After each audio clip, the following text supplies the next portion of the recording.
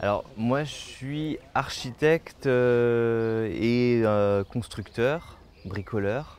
Je m'intéresse beaucoup à la question de l'urbanité, l'urbanisme là l'idée c'était vraiment que je travaille sur un peu au fur et à mesure de l'expédition que je m'intéresse à la manière dont les gens, la société, les personnes qu'on rencontre organisent leur village, leur ville. Et, hum, et voilà, parce que bon, c'est un trait caractéristique quand même des sociétés, des cultures. Donc ça paraissait être une porte d'entrée complètement nécessaire pour appréhender complètement la société idéale. C'est aussi l'organisation spatiale et donc l'architecture. Et là, du coup, pour le moment, je suis beaucoup sur les radeaux en tant que tels. On les a dessinés avec Arnaud, qui est plus ingénieur, et du coup, on se complète sur toutes les parties construction. On bosse pas mal ensemble, et puis maintenant que tout le monde est arrivé, tout le monde aussi participe à la construction, donc là, les choses se multiplient.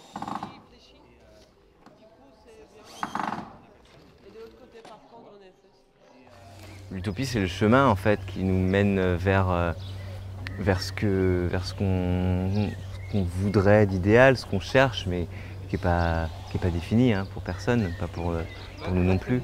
Justement, c'est pour ça qu'on crée ça, quoi, parce on a envie d'avancer.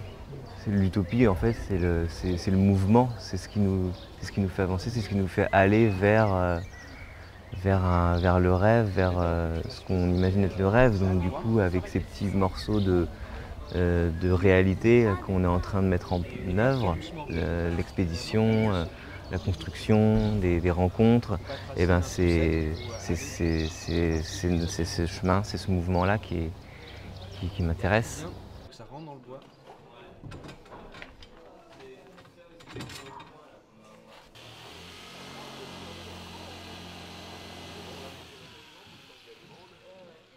C'est né de plusieurs choses, mais je pense qu'au départ, il y avait quand même la rencontre avec ce livre. Donc ce livre de Thomas More, qui a été écrit il y a 500 ans cette année, et qui raconte qu'il y aurait une île au milieu de l'océan Atlantique qui serait la société idéale. Et dans ce livre, donc, Thomas More décrit tout son fonctionnement et, euh, et l'idée de départ, je crois que c'est venu de là, de se dire, bah voilà, euh,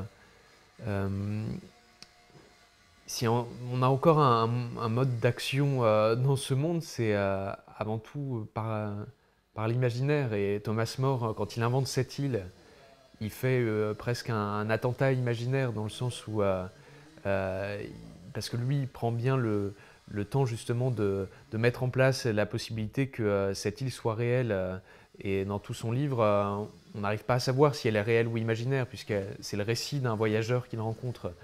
Et, euh, et donc pour revenir à ce que je disais de l'imaginaire, on part vraiment du principe dans tous les projets qu'on mène que par l'imaginaire, on peut bouleverser la réalité.